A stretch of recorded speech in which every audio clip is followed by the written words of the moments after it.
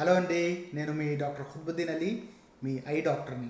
ఈ వీడియో చేయడానికి main reason ఏంటి అంటే, రీసెంట్గా ఒక న్యూస్ మనము చూస్తుంటారు చాలామంది. ఒక డాక్టర్ గారు కేరళలో హీఈస్ అరౌండ్ 100 ఇయర్స్ సో కాలం చేశారు. ఆయన తన జీవితాంతం మెడిసిన్ చేసినప్పటి నుంచి కూడా కేవలం ₹2 ఫీజు, కన్సల్టేషన్ ఫీజు తీసుకొని తను చివరి శ్వాస వరకు కూడా అదే ప్రిన్సిపల్తో ₹2తోనే కన్సల్టేషన్తో డాక్టర్గా ప్రాక్టీస్ చేశారని చదివాము. సో ఫస్ట్ ఆఫ్ ఆల్ అలాంటి సీనియర్ డాక్టర్ గారికి మనము మనస్ఫూర్తిగా హృదయాంజలి అర్పించాలి. వారి పవిత్ర ఆత్మకు శాంతి కలగాలని కోరుకోవాలి. రెండోది, ఇది ఎప్పుడు ఉండే ఒక డిబేట్ని మళ్ళీ తట్టి లేపింది. ఏంటి అంటే, అది రాగానే ఎవరైతే అందరూ రెస్ట్ ఇన్ పీస్ అని పెట్టి దాని కింద మొదలు పెట్టారనమాట.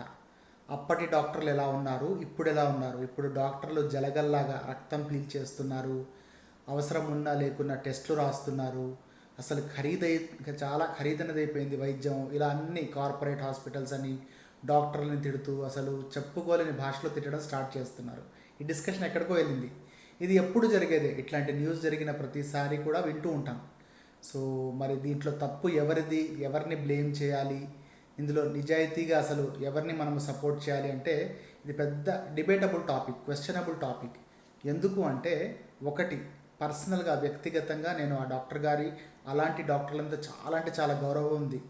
వాళ్ళు నేర్పిన విద్య వల్లే మేము అందరం ఈ స్టేజ్లో ఉన్నాము, అందులో ఎలాంటి డౌట్ లేదు. కానీ అది ఎట్లా చెప్పాలి అంటే, అలాంటి వాటిని నేను సపోర్ట్ చేస్తానా అంటే లేదు.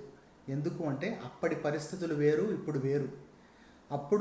అప్పుడున్న ఖర్చులకు, అప్పుడున్న పరిస్థితులకు, అప్పుడున్న ప్రజల జీవన శైలికి, విధానానికి, డాక్టర్ల మీద ఉండే గౌరవానికి, ఇవన్నిటికీ కూడా ఆయన తీసుకుంటున్న కన్సల్టేషన్ ఏదైతే ఉందో, రూపాయి, ₹2, ₹10, ఇవన్నీ కూడా ఏమవుతుంది అంటే, అప్పుడు లైఫ్ స్టైల్కి సరిపోయేది కొంతవరకు.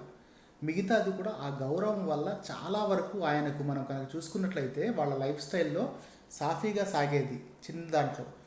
అండ్ నంబర్ ఆఫ్ పేషెంట్స్ కనీసం రోజుకు 100 నుంచి 150 పేషెంట్లు చూసేవాళ్ళు అప్పుడున్న నంబర్ ఆఫ్ డాక్టర్స్కి. మరి ఇప్పుడు పరిస్థితి ఉందంటారా?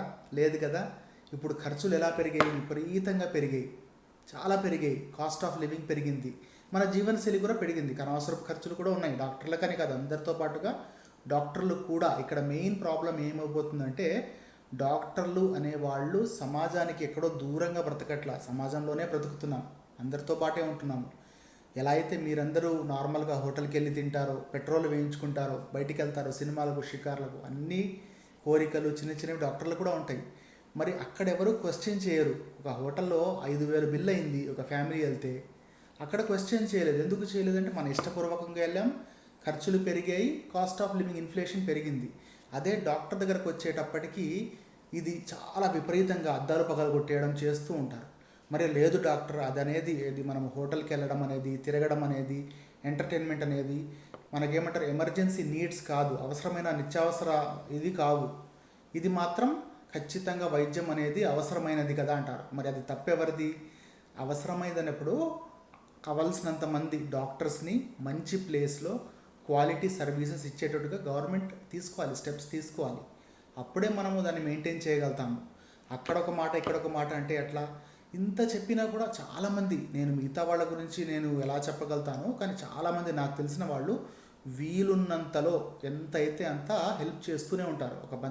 రోజుకు నేను 20 పేషెంట్లను చూశాను, 10-15 మందిని ఇట్లా చూస్తాను. కనీసం ఒకళ్ళిద్దరన్నా మనకు రిఫరల్ వచ్చే వాళ్ళని ఫ్రీగా చూస్తాము. అవి ప్రతిసారి రాసుకోము మేము, ఫ్రీగా చూస్తున్నాము అని. దట్స్ ఇంప్లైడ్ అనమాట.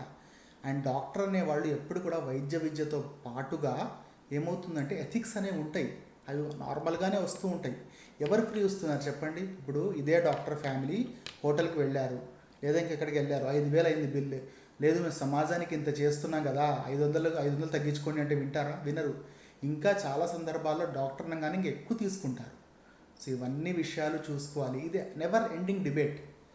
దానికి కావాల్సింది ఏంటి అంటే, ఒకటి, మంచి వైద్యం మన హక్కు, మంచి వైద్యం తీసుకోవాలి. అట్ ద సేమ్ టైం దాని గురించి మరి మిగతా విషయాల్లో ఎట్లా అయితే మనం కాంప్రమైజ్ అవ్వకుండా మన స్టాండర్డ్ క్వాలిటీ చూస్తున్నామో, దీంట్లో కూడా క్వాలిటీ ఉండాలి. ఇందులో డెఫినెట్లీ ప్రతి వృత్తిలో మంచివాళ్ళు చెడ్డవాళ్ళు ఉన్నట్టుగానే కార్పొరేట్ వైద్యంలో కావచ్చు, ఇంకేదో కావచ్చు, కొంతమంది ఖచ్చితంగా ఉన్నారు. ఎందుకంటే అది బిజినెస్. వాళ్ళు ఎస్టాబ్లిష్ చేసిన వాళ్ళు చాలామంది డాక్టర్లు ఉండరు, కొంతమంది అక్కడ మెయిన్ ఫేస్ కనిపిస్తూ ఉంటారు.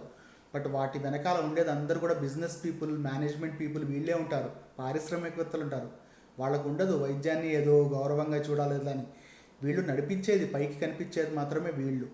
అండ్ ఖర్చులు కూడా ఎక్కువ ఉంటాయి. ఇప్పుడు నేను హాస్పిటల్స్ రన్ చేస్తున్నాను, అన్నీ కూడా కమర్షియల్ కిందకు వస్తాయి. మాకు ఫ్రీ కరెంట్ ఇవ్వరు, డబల్ ఉంటుంది ప్రైస్. రెంట్ ఫ్రీగా ఉండదు, డబల్ ఉంటుంది. అన్ని ఖర్చులు ఉంటాయి. సో ఈ నెవర్ ఎండింగ్ డిబేట్. నేను వైద్యుల్ని వెనకేసుకొస్తున్నాను కాదు, కానీ చాలా అంటే చాలా ఇబ్బందికరమైన పరిస్థితులు ఉన్నాయి. ముందులాగా 100-150 పేషెంట్లు లేరు. అన్ని పెద్ద పెద్ద హాస్పిటల్స్కి మార్కెటింగ్ పీపుల్ వల్ల, ఇంకేదో వల్ల అన్క్వాలిఫైడ్ క్వాక్స్ వల్ల మళ్ళుతున్నాయి. నిజమైన వైద్యులు పైకి రావాలి అంటే చాలా కష్టం. ఇప్పుడు మన ఒక క్వశ్చన్ వచ్చింది, మీరు మీ పిల్లల్ని డాక్టర్గా చేస్తారా లేదా అంటే, ఇప్పుడున్న పరిస్థితుల్లో ఖచ్చితంగా నేను లేదు అని చెప్తా.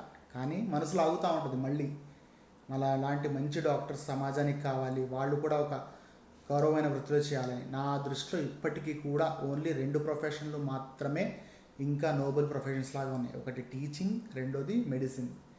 సో కాబట్టి ఆలోచించండి, అందరూ కూడా గౌరవించి చూడండి. మీకు తప్పు అనిపిస్తే మాట్లాడడం తప్పు కాదు, కానీ ఇలా అనాలోచితంగా చండాలమైన కామెంట్స్ పెట్టి వైద్య వృత్తిని అవమానిస్తూ చేయడం అనేది కరెక్ట్ కాదు. ఆలోచించి పాటించండి, గౌరవించండి, చేద్దాం. ఎనీ క్వశ్చన్స్ మనం డిస్కస్ చేద్దాం. ఇది డిబేటబుల్ టాపిక్, అది అవసరం కాదు ఇది అది అని. సో డాక్టర్లని కూడా దేవుళ్ళుగా చూడకపోయినా మామూలుగా మనుషులాగా చూడండి. Thank you.